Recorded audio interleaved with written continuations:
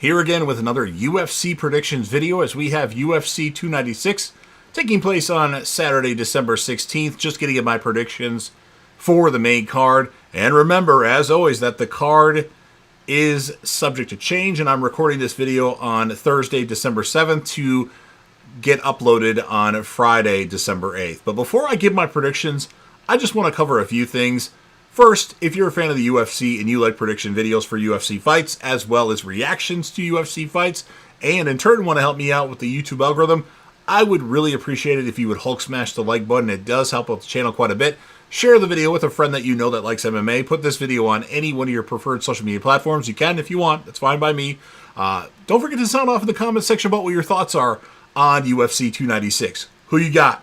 How crazy do you think my predictions are? Any future fights that you want to see, and any future fight predictions that you want to see. And remember to come back to this channel for my reaction to this card. As it stands right now, with the current card that we have on the main card, I'm going to be reacting to all 5 fights on the main card.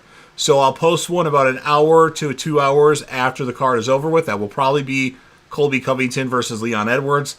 And then Monday morning, Tuesday morning, Wednesday morning, and Thursday morning. I don't know which order they'll be in then. Every once in a while I can get a copyright strike. If that happens, then obviously that will delay one video and I'll have to pivot to another one. But as it stands right now, I'm reacting to all 5 fights on the main card. And I guess I should throw this out there. There were a bunch of people that sent me direct messages asking me why I didn't react to the most recent UFC Fight Night card that had Beneil Dariush in the main event. I did watch it, but they have almost a card every Saturday, and reacting to fights is fun, but sometimes when nobody comes over, which that was the case, I'm not necessarily in the mood to do a reaction. I like to just kind of watch them on my own. So yes, every major $85 event, I will definitely do reactions for the fights that I feel that are the most important, but I don't react to all the Fight Night cards unless there's somebody I really like Derek Lewis. Even though he loses a lot, he's still exciting. In the last fight that he won, I didn't react to because he was on a losing streak. And then it was like one of the most awesome knockouts ever, well, TKOs. But so I don't always watch them too, because they have one every Saturday just about. So sometimes I'm busy. So I'd like to keep my Saturdays open unless there's like a numbered pay-per-view card. So just want to let everybody know about that. I do my best, but sometimes I just don't have the energy to do it. And speaking of reacting to fights, there's some YouTube channels that I watch that I think you need to watch if you don't already. Now, as far as fight reactions go, if you like my fight reaction videos, you're going to love a channel called Wheezy Does It. He does fight reaction videos with a few of his friends here and there, and also he shows a little bit of the fight. You can see a little bit of the fight, which I don't do because it's going to get flagged at some point and irritate me, and I don't like dealing with all that shit. So if you want to check out another channel that reacts to a lot of UFC fights, check out Wheezy Does It. I'll put the link to his channel in the description. Also, in terms of prediction videos and just MMA analysis or UFC analysis, check out Bas MMA. He does awesome prediction videos, has some good takes, whether they're hot takes or not. Definitely check out his channel. And of course, I'll put the link to his channel in the description. And his channel is growing quite a bit. So congratulations to Bas MMA for really pumping out the content and really growing your subscriber base, which I don't do, but he's doing. So maybe I should take advice from him. Not that I give him advice or anything like that. And then, of course, lastly, don't forget to hit that sub button. You're watching this video anyway, subscribe to this channel, join the team, show your damn support, and be a part of something special. And let's get on with some predictions. And remember to go to Wheezy Does It and Bas MMA, which both of those will be in the description. So, kicking things off in the main or on the main card, in the welterweight division, we have Vicente Luque versus Ian Machado Gary. Vicente Luque just came back against Rafael dos Anjos. He looked pretty good. He was a little bit more. He wasn't as crazy, I should say, than he normally is. He was wrestling and doing takedowns, and, that worked against Dos Anjos. And Ian Machado Gary dominated Neil Magny. Dominated Neil Magny, which is crazy because Neil Magny is a tough fighter that usually is like a gatekeeper for the welterweight division, and he handled him pretty easily. Now, he's in the news a lot lately with getting kicked out of various camps. Like Leon Edwards has issues with him. Michael Chandler said something about him. There's a lot of talk about Ian Machado Gary right now.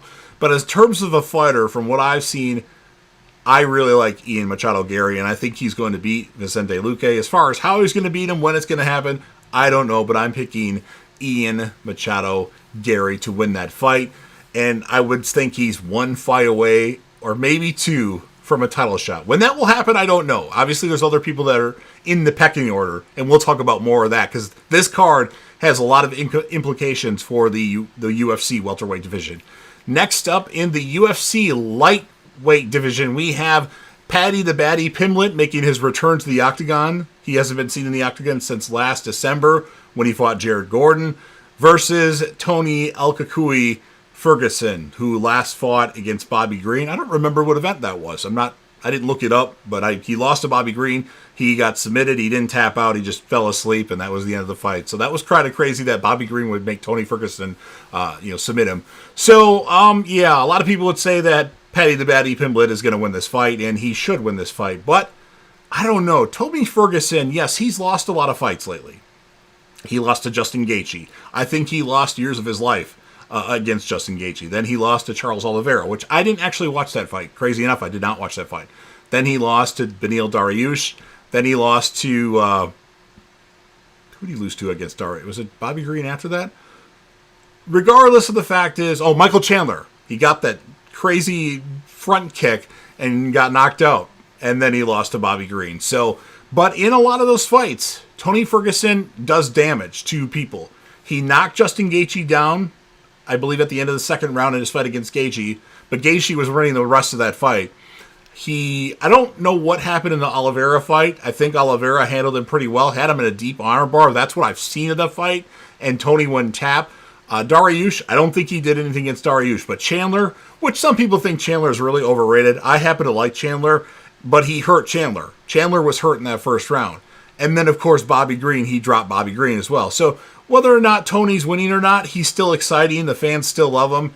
And I don't think it's time for Tony to hang him out. Now, fans are still paying to see him fight, whether he wins or not, as long as he's doing something in his fights to keep. You never know with Tony Ferguson. I'm going to go out on a limb here and say that Tony Ferguson is going to beat Paddy the Baddy Pimblett.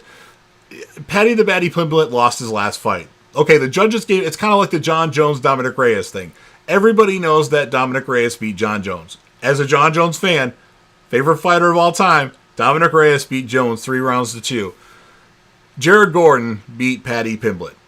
So, I don't know. And now people are not happy with Paddy Pimblett. So he went away for a while. I don't know what he looks like now, how much weight he gained, and how much he has to lose. But I just feel like Tony Ferguson is going to have one crazy moment and win this fight. He's been training with, I can't remember the guy's name, but training really hard. And it's bringing out the inner spirit of Tony Ferguson. So I'm picking Tony Ferguson. I know it's a crazy pick, but I don't know. I just have a feeling. So I'm going with Tony Ferguson. And yeah, all you Paddy Pimblett fans, I know you're going to be mad at me, but I just have a weird feeling, especially though Paddy Pimblett didn't really look good against Jared Gordon.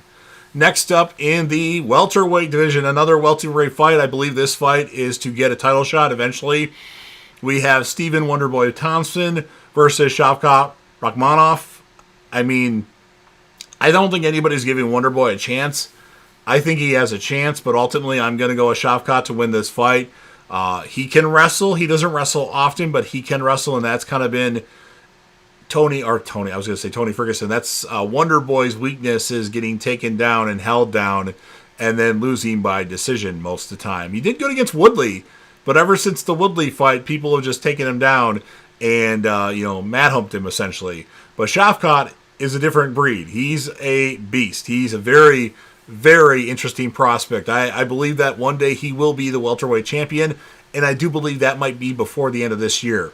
Now, as far as when he gets a title shot, if he beats Wonderboy, I don't know. But, Kevin Holland thought he would have an easy time with Stephen Thompson, and Stephen Thompson took it to Kevin Holland. Now, granted, Kevin Holland, I don't know if it's official that Holland did break his hand in that fight, but still, Stephen Wonderboy Thompson, for being 40 years old, looked really good against Kevin Holland. Well, Kevin Holland might not be the best fighter, but he's damn entertaining, and everybody thought that Holland would win, and Stephen Thompson beat him. So I'm going to pick Rakhmonov to win the fight, but I believe there's a chance.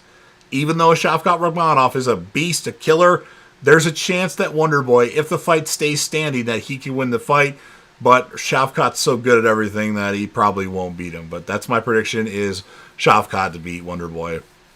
Next up in the flyweight division for the flyweight title, we have Alexandre Pantoja versus Brandon Royval 2. I don't know a lot about these guys. Surprisingly enough, I've only seen Pantoja fight a few times, and Royval, the fights that I've seen, I haven't really been paying attention. So they have similar opponents, and they've already fought once, and Pantoja beat Royval.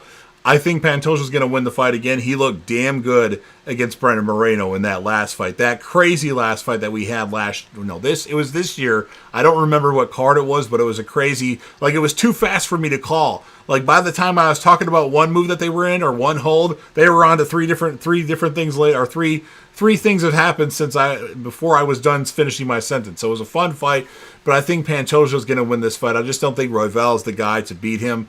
But he does have a height advantage, which should help.